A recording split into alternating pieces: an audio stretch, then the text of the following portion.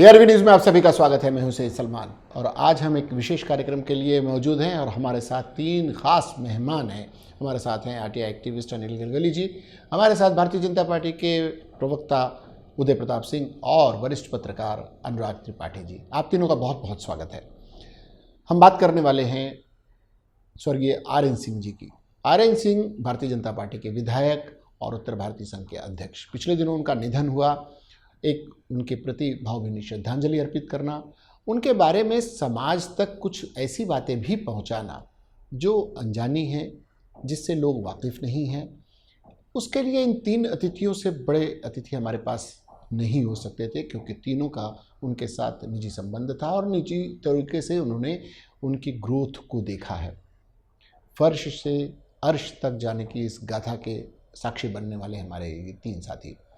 बात शुरू करेंगे अनुराग जी से। अनुराग जी, ये जो मैंने कहा कि फर्श से अर्श तक का सफ़र आर.एन. सिंह साहब ने किया, तो आज के दिन, एक तो आज उनकी 13वीं है, हम सारे लोग वहाँ पर मौजूद नहीं हैं जहाँ पर उनके जो कर्म चल रहे हैं उनके परिवार द्वारा किए जा रहे हैं, तो ये एक हमारा अपना तरीका है उन्हें श्रद्धांजलि अर्पित करने का।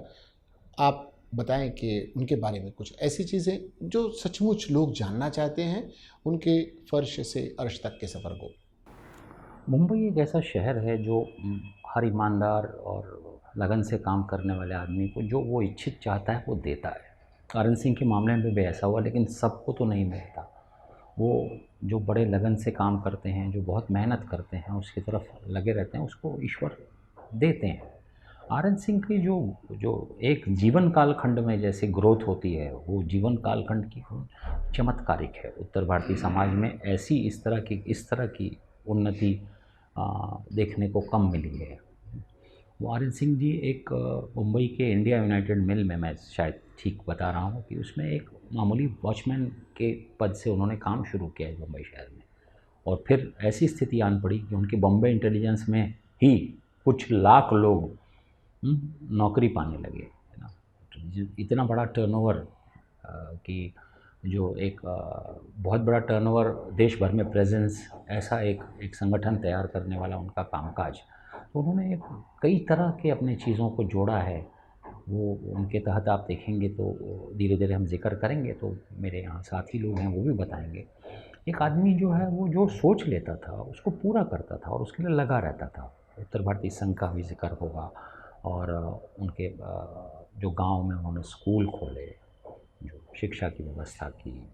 फिर वो उनके जो आप देखेंगे उनके व्यक्तित्व के कई हम यहाँ पे आयाम खोलने की कोशिश करेंगे, धीरे धीरे उनके बारे में बताने की कोशिश करेंगे कि वो आदमी जो है वो जो उसने कोशिश की वो उसको आसानी से नहीं मिला है। एमएलसी का पद उनको कितनी बार उसके लिए, मतलब लिटरली कांग्रेस पार्टी में जिस तरह की दौड़ लगा दी जाती है वैसी दौड़ लगा दी गई उनकी, और आते आते उनको जो मिला वो बड़े देर से मिला। ऐसा नहीं कि बड़े आसानी से मिल गया उनको, वो राजनीतिक तौर पर भी आसानी से नहीं मिला।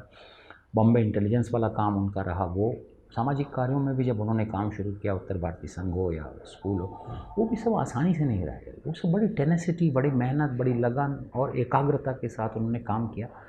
इसीलिए तभी वो इस मंजिल को पा सके। उत्तर भारतीय समाज का एक तरह का, अगर हम कहें कि उत्तर भारतीय समाज पर अगर हम किसी पर एक छोटी सी फिल्म बनाएं किसी पर, कि उत्तर भारतीय समाज में कैसे नीचे से ऊपर तक आदमी जाता है और क्या क्या उसको दिक्कतें आती हैं, तो आर.एन. सिंह के जीवन में कई ऐसे सबक हैं जो उसमें बड़े आसानी से जोड़े जा सकते हैं। उदय प्रताप जी, आपका भी आपकी उनकी मुलाकातें रही हैं।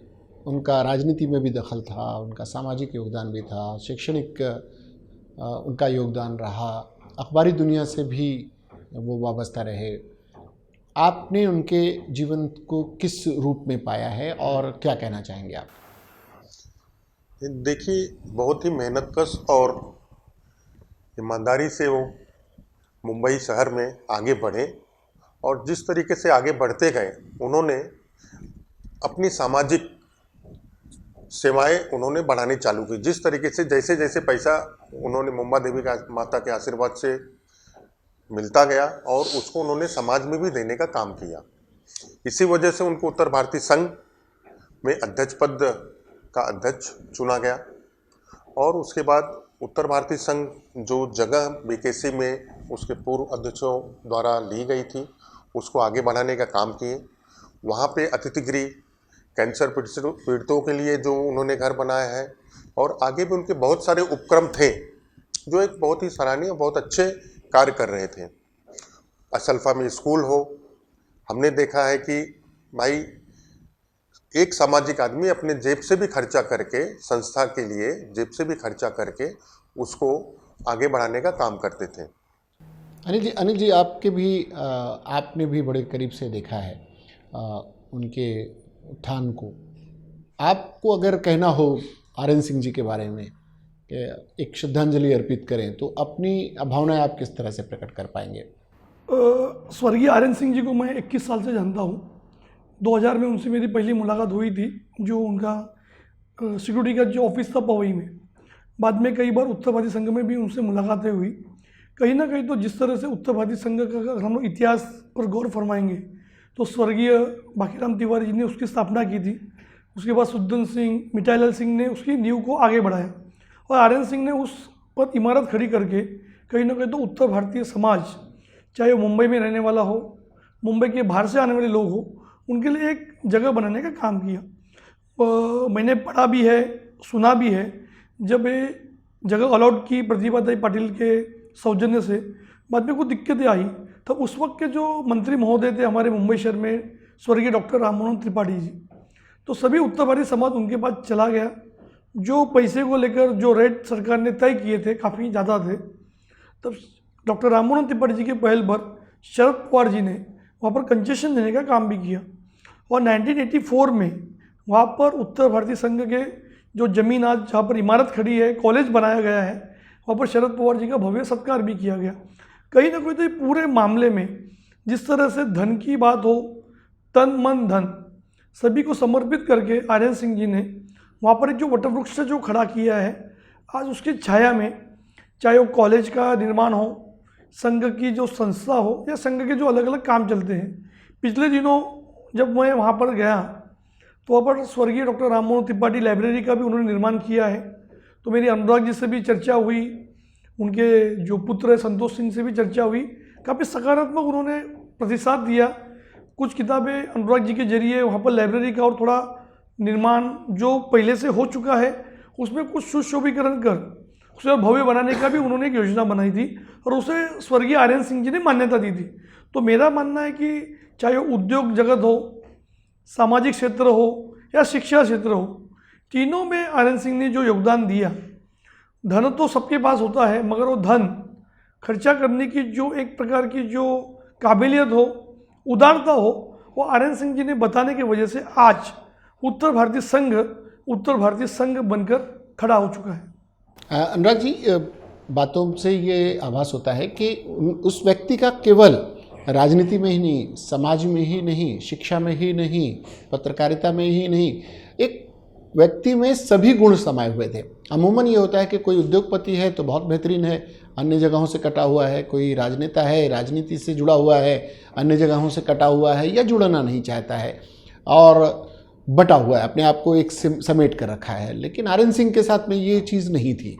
तो इस प्रथा को आगे बढ़ाने वाले लोग बहुत कम अब दिखाई पड़ते हैं। तो कितनी कमी उनकी महसूस होगी आने वाले दिनों में?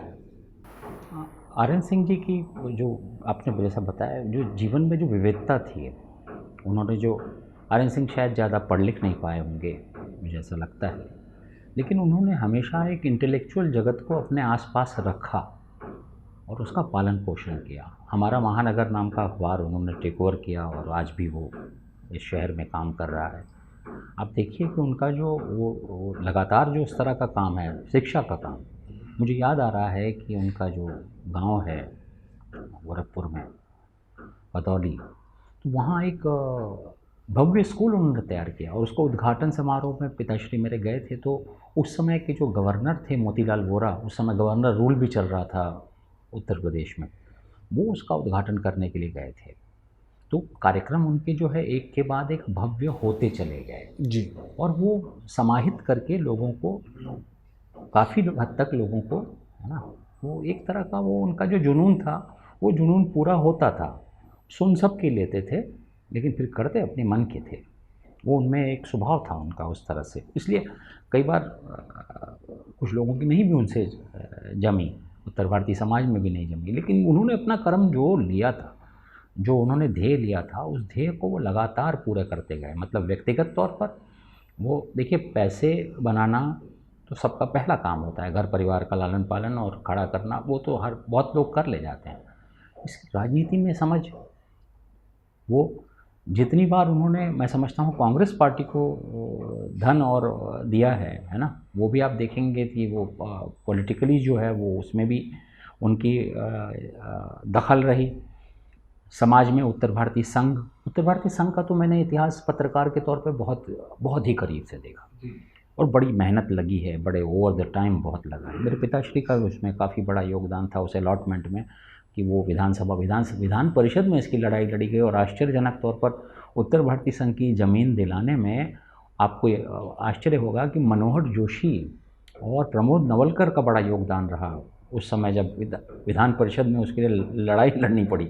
और उत्तर भारतीय संघ के लिए ये दोनों नेता, जो शिवसेना के नेता थे, Manohar Joshi leader of opposition थे वहाँ, तो वो उन्होंने ये लड़ाई वहाँ पे भी लड़ी गई और वो अलॉटमेंट हुआ। अलॉटमेंट एक बार कैंसिल हो गया क्योंकि बन ही नहीं जगह, फिर उसको दोबारा लड़ाई लड़नी पड़ी, उसको फिर से रीइंस्टेट करने के लिए। कई ऐसे संकट आए, पैसे ऐसे, पहले तो ज़मीन के लिए पैसे, उसको कम करवाए गए, किसी तरह हुआ। अब भव्य इमारत बननी है, वो भव्यता के लिए जितने पैसे लगने थे वो नहीं जुट पा रहे थे। मतलब सब पहले लगा चुके थे ना पैसे, ज़्यादातर लोग अपने अपने पैसे लगा चुके थे उसमें, अब कहाँ से हो। ऐसे संकट की घड़ी में आर एन सिंह उत्तर भारतीय संघ में पदार्पण हुआ। उत्तर भारतीय संघ एक बहुत पुरानी संस्था है, 1960 में ही उसका शैतान चौकी में उसका हेडक्वार्टर बन चुका था, एक जगह उनके पास तैयार हो गई थी, बहुत मतलब इतने लंबे अरसे तक।